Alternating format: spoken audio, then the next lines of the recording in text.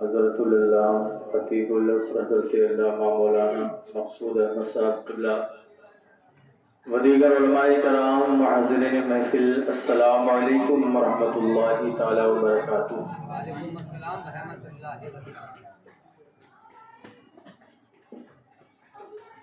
نحمده ونصلي على رسوله الكريم، اما بعد، اعوذ باللہ من الشیطان الرجیم، بسم اللہ الرحمن الرحیم۔ لقد كان لكم في رسول الله أسوة حسنة، آمنت بالله صدق الله العظيم وبلغنا على رسوله النبي الكريم، ونحن على ذلك لمن الشاهدين والشاكرين والذاكرين والمطمئنين والحمد لله رب العالمين۔ فارملٹی کے طور پر نہیں بلکہ عقیدت و محبت کے ساتھ آقا کی بارگاہ میں درود پاک پڑھیں۔ صلی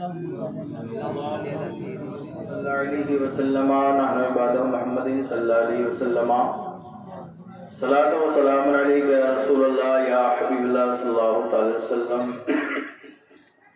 یہ بہاوا پور کے لوگوں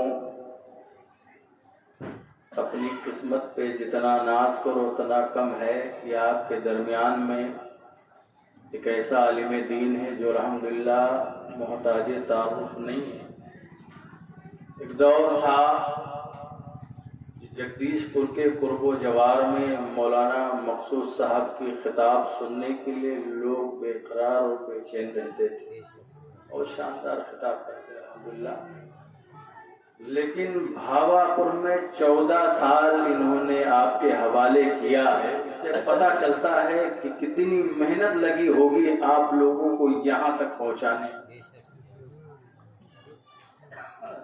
اس سے اندازہ لگ رہا ہے کہ آپ کہاں تھے اور 14 سال میں آپ کہاں تک پہنچے ہیں۔ یہ مولانا صاحب واقعی میں انہوں نے، اور میرے اپنی میں ذاتی بات کر رہا ہوں، معذرت چاہتا ہوں، چاہے مسجد کا امام ہو یا مدرسے کا مدرس ہو، میں اپنی پرسنل بات کر رہا ہوں، سمجھیے وہ جہاد صغرا کرتا ہے، اور حالات ایسے بن چکے ہیں کہ ابھی 15 سال پہلے لوگ اپنے امام کو، اپنے عالم کو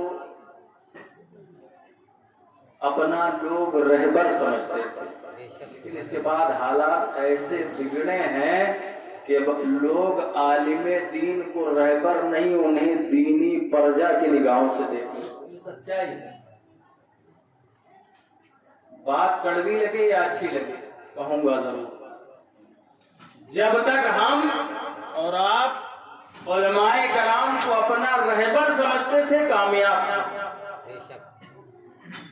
ایسے بچتے ہاتھ پیسے سے لوگ ملتے ہیں، ارے حضرت آدھا عالم تو ہم خود ہیں۔ ایک صاحب نے مجھ سے کہا حضرت مجھے ایک امام دے دیجیے، میں بھی امام ہوں، 8 سال 9واں سال چل رہا ہے جگہ پر امامت کرتے۔ انہوں نے کہا حضرت ہم کو امام ایک چاہیے ہمارے گاؤں کے لیے، نہیں بیچل کے پاس گاؤں۔ تو ہم نے پہلے پوچھا یہ بتاؤ تمہارے گاؤں کی مسجد میں کتنے مفتی ہیں؟ اس شخص نے کہا حضرت آپ کو کیسے پتا چلا کہ ہمارے گاؤں کے مسجد میں مفتی ہیں؟ کہا یار 2007 سے لے کر کے اب تک میں مدرسے میں پڑھایا ہوں، بڑے بڑے دارالعلوم سے لے کر کے الحمدللہ، مکتب سے لے کر کے امامت سے لے کر کے میں نے بہت جگہ دیکھا، ہر ایک گاؤں میں 1-2 مفتی مفت کے ہوتے ہیں، وہ مفتی نہیں، ہاں اس کی بات نہیں کر رہا ہوں، جو 15 سال مدرسے میں گزارتا ہے وہ مفتی، جو دن بھر بھینس چراتے ہیں، گائے چراتے ہیں، بکری چراتے ہیں، اور نماز میں آتے ہیں تو مولانا صاحب سے مولانا پتہ ہی نہیں ہم کو جانے ایسے بگڑ چکے ہیں۔ اور آج لوگ دوست بولتے ہیں کہ یار مولانا صاحب کچھ بتاتے ہیں۔ آپ اس محفل پاک میں بیٹھے یقین جانیے کہ ایک عاشق رسول کے بیٹھنے کا مزاج اور محفل پاک سماعت کرنے کا جو طریقہ ہونا چاہیے، جو بات اچھی لگے، آپ جانتے ہیں اگر ہم سبحان اللہ بولیں گے تو اس کے بدلے میں ہمیں نیکیاں ملے، کہنے کی ضرورت ہی نہیں پڑنی چاہیے۔ یہ دیکھیے مرد قلندر تن تنہا جب بولتا ہے پورے مجمع میں چھا جاتا ہے۔ میں سوچ رہا تھا بڑی دیر سے ہو سکتا ہے یہ انہیں دیکھ کر کے آپ کے اندر کچھ جذبہ پیدا ہو، لیکن اندازہ لگے کہ مولانا صاحب نے بڑا جہاد کیا، بڑی محنتیں کی ہے، تب اتنا سدھار آپ کے اندر آیا۔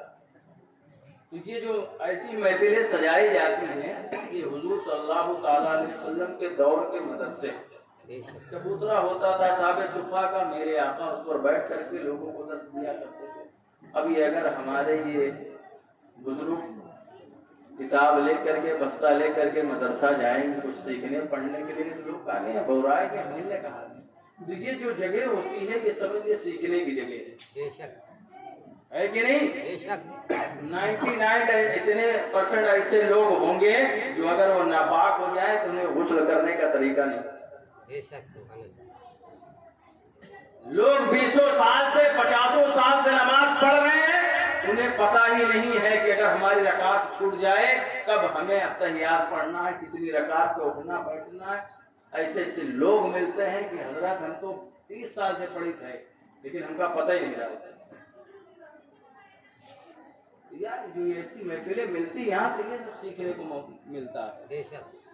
تو اس انداز میں بیٹھا کرو کہ سنانے والا سنانے میں اس کا دل لگے اور اسے محسوس ہو کہ آپ لوگ سن رہے ہیں، ایسا نہ لگے کہ کتنی جلدی مولانا صاحب ختم کریں جائے، کیونکہ ایسا نہیں ہے۔ علماء جس طرح یہاں بیٹھ کے خطاب کرتے، نعت پڑھتے، تقریر پڑھتے ہیں تو مجمع کا مزاج دیکھ کر کے سمجھ جاتے ہیں کہ کتنی محبت سے لوگ سن رہے ہیں۔ سبحان اللہ۔ ایسا لگے یار آپ سن رہے ہیں، یہاں سے کچھ لینے آئے، کچھ سیکھنے آئے، ایسا محسوس ہونا چاہیے۔ ایسا نہ لگے کہ زبردستی لائے کہ دہی دیں گے۔ یہ سچائی ہے اور یہ بتانا ضروری ہے، اس لیے ہم لوگ نہیں آپ کے ایمان کو جگائیں گے تو پھر کون جگائے گا؟ ایمان کو جگانے کی ضرورت ہے۔ ہر شخص ہر بات جانتا ہے، صرف عمل کے معاملے میں پیچھے۔ چند منٹ کی انشاءاللہ گفتگو بہت زیادہ دیر نہیں، کیونکہ ہم دو لوگ ساتھ میں نعت پڑھتے ہیں اور گاہے بگاہے کبھی کچھ جمعہ میں چھوٹی نصیحت کرتے ہیں تو پوٹے الفاظ میں چند باتیں بھی لوگوں کو سامنے رکھ دیتے ہیں۔ تو ایک نعت پاک اور چند منٹ کی گفتگو ہوگی انشاءاللہ، پھر مکمل خطاب ہوگا۔ محبت سے بول دے سبحان اللہ، الحمدللہ بولیے، اس کا بولنے کا آپ کو ثواب ملے گا۔ اور یہ چند دن کی زندگی جس میں سے روح پرواز ہو گئی آپ بول نہیں پاؤ، ابھی موقع ہے، بولتے رہیے، نیکیوں کا ذخیرہ اکٹھا کرتے رہیے۔ تو میں بس پہنچا رہا ہوں، ملاحظہ کریں۔